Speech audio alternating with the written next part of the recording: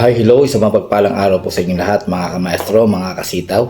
Sa araw pong na ito ay i-guide ko po kayo, kalimitan sa ating mga nagsisimula o mga bagong sellers sa sitaw o kahit medyo matagal na ay nagkakaroon tayo ng issue when it comes to funding po ng ating pong mga negosyo o tindahan or shop sa ating pong e-commerce dropshipping kay sitaw. So ngayon po ay bibigyan ko kayo ng mga technique kung paano po natin maipapasa ang PR. At ang isa sa mga technique na ito ay yung pagre-request po natin ng request for shop less exposure. So ginagawa po natin ito kapag overflooded po or overwhelming or dagsa ang dumadating po na orders sa ating pong mga shop po or store sa online po na e-commerce dropshipping na po na tinatawag ni Sitaw. Kasi nga our shop is catering more than 25 regions or countries. Kaya po hindi natin may iwasan na hindi dagsain ng orders ang ating mga store. So mga kameso, if it's the first time that you are watching me over here in my YouTube channel, please consider to like, share, subscribe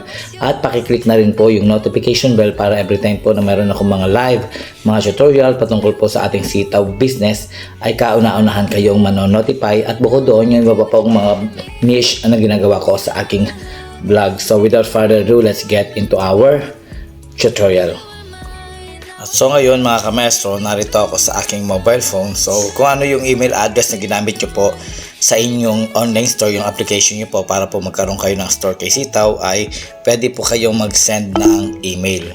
So makikreate lang po kayo ng email at kaninyo papadala kay Leo at sitaw.com po. Pwede rin pong Chase at sitaw.com.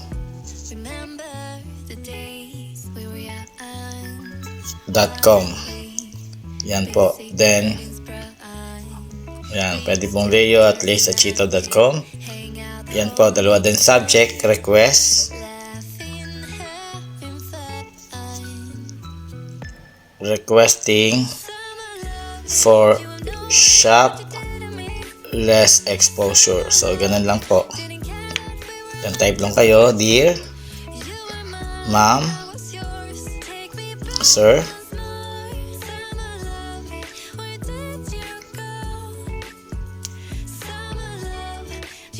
I am requesting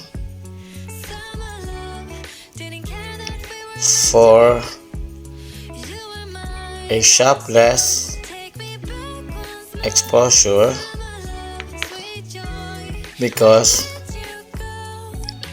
I only have limited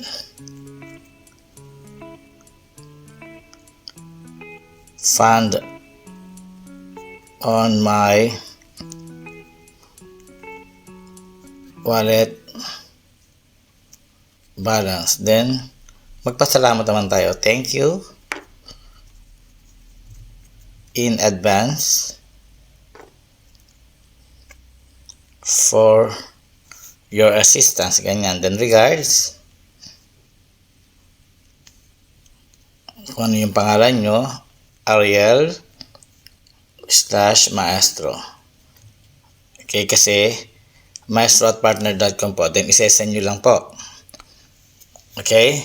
So, ang sunod naman po na pwede natin gawin ay gamit po yung ating Sitaw apps. So, punta po tayo sa ating Sitaw apps. Ayan. So, dito, kapag nakalagin kayo, punta po kayo dito sa ating account, no? Sa lower right corner, yung account. Yan, kapag nasa account na po natin, pwede tayong gumamit ng ating request sa shop less exposure dito sa question submission. So, bali dito guys, ay magkikreate tayo ng ticket. O create ticket. Then, ilalagay nyo po sa subject, requesting for shop less exposure.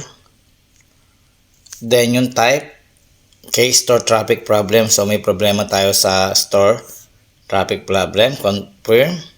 Then, ilalagay nyo po yung provide detailed description. Sabi, then you will type, I am requesting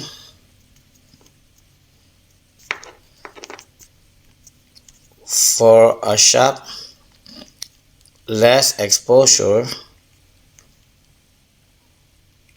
because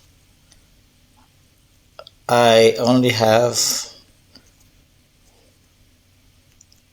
limited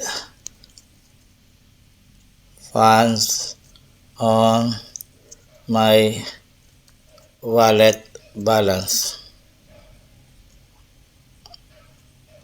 Then thank you. Then dito po sa ilalim, lagay nyo lang po or i-tick nyo yung send ticket. Ganyan, ticket has been successfully created. So makikita nyo po rito sa inyong request. Ayan, meron tayong pending, no? Hintayin na lang natin siyang ma-approve. So kapag na-approve po siya, ay mababawasan na po yung dagsa ng orders po sa ating mga store. At yung isa pa pong technique ay pwede kayong gumamit naman ng ating customer service. So makikita nyo po rito, meron na akong na-request. Yan. Yan. Hello, I have submitted your, ito nag-request ako. Yan. Please fill in your contact information. So ilalagay yung pangalan nyo, number nyo, at saka yung email address na ginamit nyo sa inyong store. Then ito yung naging reply nila. Hello, I have submitted your application to reduce store exposure. The staff will review and process it within 5 working days. Your store exposure will be reduced, thereby reducing orders. Due to large review volume, please be patient. Good luck today. So ngayon, nag-request din po ako. Please, I am requesting for less store exposure today. Thank you. Then, ihintayin na lang po natin ang response ng customer service. So, ganyan lang pong kadali ang pag-request po ng shop less exposure kung dinadagsa ang inyong order at lalong-lalo na kung sa tingin nyo ay hindi na kayang mapupundahan ng inyong wallet balance ang inyong mga order. So, ganun lang pong kasimple mga kamaestro. I hope meron na naman po kayong natutunan dito sa ating sitaw journey. At sana sa mga baguhan pa lang sa sitaw na kagaya ko, huwag kayo basta-basta susuko. Kumaga, patience is a virtue. Iwasan na po natin yung mga pagdududa kasi yung mga pagdududang yan ay nasagot na sa aking mga previous lives and uploaded videos patungkol kay sitaw nung ako ay umuwi sa Pilipinas. Makikita nyo po yung mga title pong nabudol ako ni sitaw. It's just a negative title, pero it is the irony, kabaliktaran. Hindi ako nabudol kasi I earned something. Kung hindi naman gaanong kalakihan, ay nakakatulong naman sa ating pandagdag sa ating kinikita dito sa ibang bansa. So once again, if this is the first time na napapanood nyo, please consider to like, share, subscribe, and click the bell button para lagi kayong updated sa lahat ng mga tutorial, vlogs ko kay sitaw at iba pang mga niche na ginagawa ko. At siya nga pala, kung gusto nyo at interesado kayo na maging seller kay sitaw, ilalagay ko po sa description box sa ilalim ng video na ito ang link po, no, para makapag-register kayo at paki-private message nyo po ako sa aking Facebook page. Ilalagay ko rin po Maestro Manalo para po ako po mismo ang inyong maging dedicated sales associate kasi po ako ay sitaw partner na. At mag-guide ko kayo mula sa pag-register, maging familiar kayo sa pag-funding, paglagay ng mga produkto, pag-process ng orders, at higit lahat ay yung hanggang ma-experience nyo yung first na overwhelming markup profit na marireceive nyo after 20 days mula sa simula ng iyong pag-process ng order. After 20 days po, sabi ko nga po, ay maghihintay lang po kayo ng first 20 days po, at on the 21st, 22nd, 23rd up to the end na rolling na lang po yung inyong kikitain po. So hindi po gaano kahirap ang negosyong ito.